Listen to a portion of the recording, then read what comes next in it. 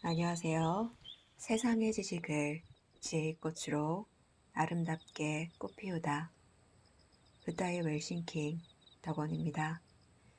오늘 여러분들께 소개해드릴 책은 조동찬 지음 판파스 출판사에서 출간한 지금 잘 자고 있습니까?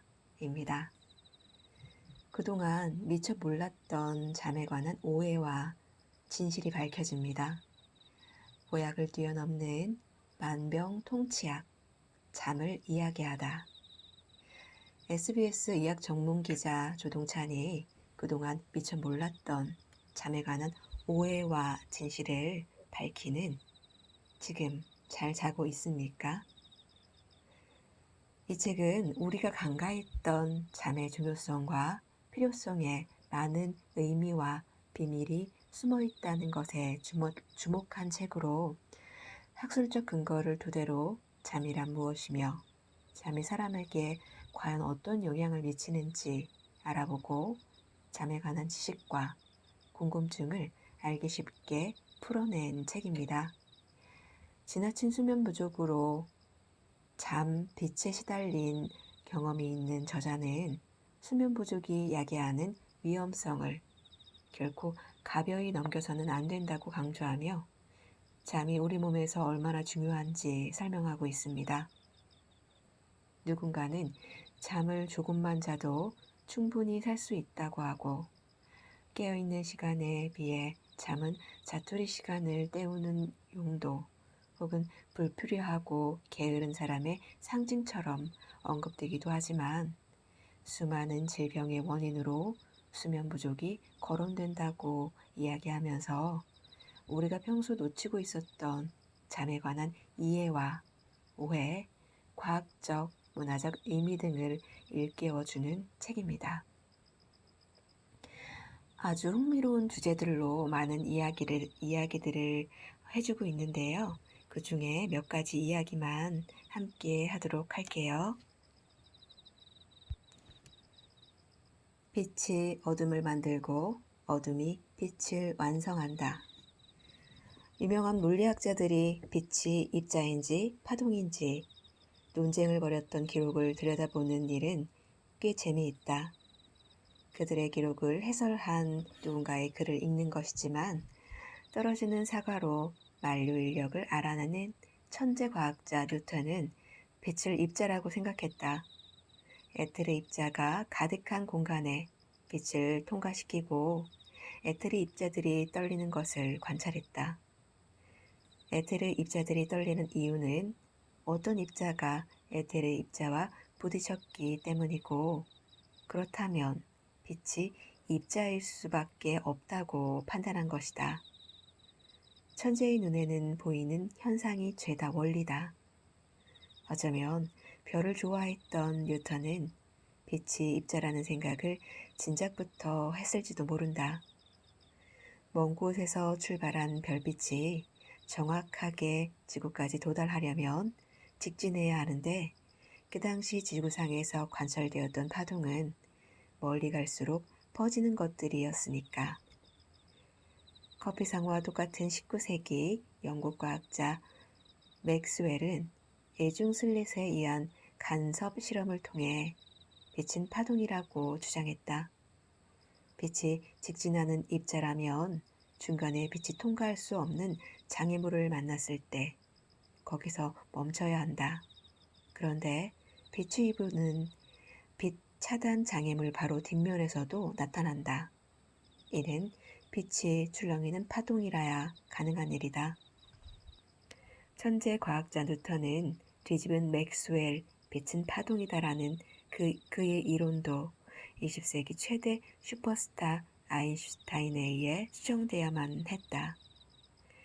금속 표면에 빛을 비추었더니 금속 표면에서 전자가 튀어나오는 현상이 나타났다. 그러려면 어떤 입자가 금속의 전자와 1대1로 충돌해야 한다. 빛은 입자의 성질이 분명히 있다는 것이다. 현대 물리학자들은 빛이 입자의 특징과 파동의 특징을 모두 지닌 그 어떤 것이라고 생각한다.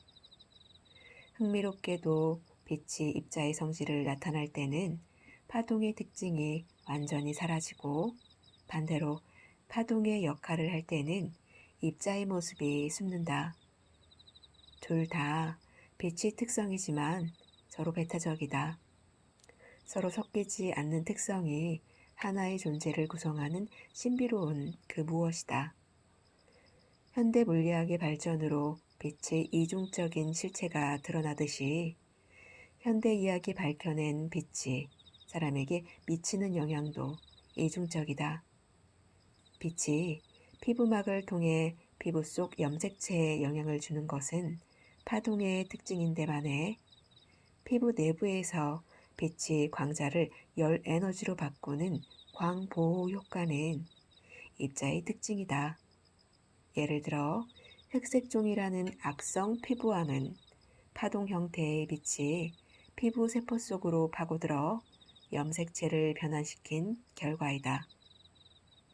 반면 햇빛 화상은 빛의 입자가 에너지로 변환되어 열을 만들고 그 열이 축적되어 만들어낸 상처라고 할 수 있다. 빛이 인체에 대한 영향은 여기서 그치지 않는다. 지금까지 수십 종류의 호르몬이 발견되었는데 저마다 고유의 기능들이 있어서 무엇 하나 중요하지 않은 것이 없다. 하지만 그중 가장 중요한 평가를 받는 호르몬이 두 개 있다. 하나는 행복 호르몬으로 불리는 세로토닌이고 다른 하나는 생체 시계를 관장하는 멜라토닌이다. 세로토닌과 멜라토닌은 모두 빛에 민감하게 반응하는 호르몬이다. 다만 세로토닌은 밝은 빛이 있으면 활발하게 분비되는 반면 멜라토닌의 분비는 밝을 때는 억제되고 어두울 때 활성화된다. 밝은 빛은 세로토닌을 분비시켜 행복감을 만들어주고 어둠은 멜라토닌을 분비시켜 수면을 유도한다. 여기서 한 가지 짚고 넘어가야 할 중요한 포인트가 있다. 멜라토닌은 바로 세로토닌에서 만들어진다는 것이다. 세로토닌이 멜라토닌으로 바뀌지 않고 계속 세로토닌으로 남아있으면 비정상적인 흥분 상태가 올 수 있다. 경조증이라고 하는데 과도한 낙관이나 과소비 같은 억제되지 않은 활동을 하기 쉽다. 환각이나 환상 같은 비정상적인 정신증세를 겪을 수도 있다. 이런 이유로 세로토닌을 찬양하는 국내외 유명 의학 박사가 비판을 받기도 했다. 빛에서 시작된 행복한 기분은 어둠 속에서 수면으로 마무리되어야만 행복으로 완성된다. 빛이 어둠을 만들고 어둠은 빛을 완성시키는 것이다. 두 번째 이야기. 자면서 뇌는 서로 대화한다. 미국 워싱턴 대학 신경과 연구팀은 미국 국립과학학회지에 문학적인 제목의 논문을 게재했다. 바로 데네피질과 해마와의 대화였다. 데네피질은 회색빛을 띠어 회백질이라고 하는데 신경세포가 밀도 있게 분포되어 있다. 감각기관으로 오는 모든 자극을 1차적으로 받아들이고 운동기관으로 보내는 모든 신호를 최종적으로 관장한다. 데네피질은 뇌의 얼굴이자 뇌라는 연극 무대의 주연이다. 해마는 축두엽 가운데 아래쪽에 위치한 뇌의 작은 부분으로 모양이 해마를 닮아 이름 붙여졌다. 기억과 학습을 돕고 감정을 조절한다. 해마가 손상되면 기억 장애가 나타나는데 알츠하이머 환자들에서 해마 부위의 손상이 관찰된다. 이런 현상을 토대로 현대 뇌과학은 해마와 대뇌피질 사이의 상호 신호작용을 통해 장기 기억이 만들어진다는 가설을 세웠다. 낮에 활발히 활동하는 대뇌피질의 특성, 그리고 수면의 기억 강화 효과를 구체적으로 설명한 것인데, 각성 상태에서는 대뇌피질에서 해마로 보내는 신호가 강하고, 반대로 수면 상태에서는 해마에서 대뇌피질로 보내는 신호가 강하다. 감각기관으로부터 받은 정보를 대뇌피질이 해마로 보내고, 해마는 다시 대뇌피질로 강화된 정보를 보낸다. 더 선명해진 대뇌피질 속 정보는 오랫동안 즉시 활용할 수 있는 장기 기억이 된다는 것이 가설의 주요 내용이다. 미국 워싱턴 대학 신경과 연구팀은 대뇌피질과 해마의 상호 관련 가설을 검증하기로 했다. 43명을 대상으로 각성 상태와 깊은 잠을 잤을 때 대뇌피질과 해마 사이의 신호 크기를 측정했다. 신경회로 신호의 크기는 뇌기능 자기공명장치와 뇌피질파, 뇌파를 활용했다. 오른손을 움직이면 오른손을 담당하는 뇌 부위의 혈류가 늘어나고, 말을 하면 언어를 담당하는 뇌 부위의 혈류가 늘어난다. 뇌기능 자기공명장치는 이 차이를 파악할 수 있다. 뇌파는 수면의 깊이를 측정할 수 있고, 뇌피질파는 특정 뇌 영역이 보내는 전기 신호를 감지할 수 있다.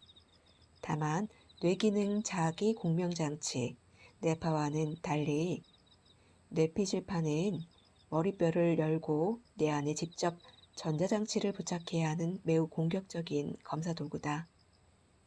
실험 대상자 43명 중 33명은 건강한 성인, 5명은 뇌전증 환자였는데, 연구팀은 질병의 진단 절차에 뇌피질파가 필수적인 뇌전증 환자에게만 뇌피질파를 적용했다. 수면이 장기 기억을 만들 것이라는 연구팀의 예상은 적중했다. 깨어있을 때는 대뇌피질의 활성도가 해마보다 높고, 대뇌피질에서 해마로 보내는 신경회로의 강도가 더 컸다. 이는 대뇌피질에서 해마로 보내는 정보를 저장하는 것을 의미한다. 반대로 섭파 수면 상태에서 해마의 활성도가 대뇌피질보다 높고, 해마에서 대뇌피질로 보내는 신경회로의 강도가 더 컸다. 이는 해마에 저장된 정보가 대뇌피질로 이동한다는 것을 의미한다. 뇌에 입력된 정보는 해마에 저장된 후 다시 대뇌피질로 이동해야 오랫동안 활용할 수가 있는데, 이것이 바로 장기 기억이다. 장기 기억에 관한 논리적인 가설을 세우는 것도 가치 있는 일이지만, 미국 워싱턴 대학 연구팀처럼 그것을 실제로 입증하는 건 더욱 가치 있고 어려운 일이다. 코페르니쿠스가 지구를 중심으로 우주가 돈다는 천동설을 배격하고, 지구는 태양을 중심으로 돌 뿐이다 라는 지동설을 들고 나온 것이 1530년쯤이었다. 지동설이 프리드리히 머셀의 연주 시차를 통해 입증되기까지는 308년의 시간이 필요했다. 무엇보다 잠이 들어야 해마가 대뇌피질에서 말을 건넨다는 게 얼마나 경이로운 일인가.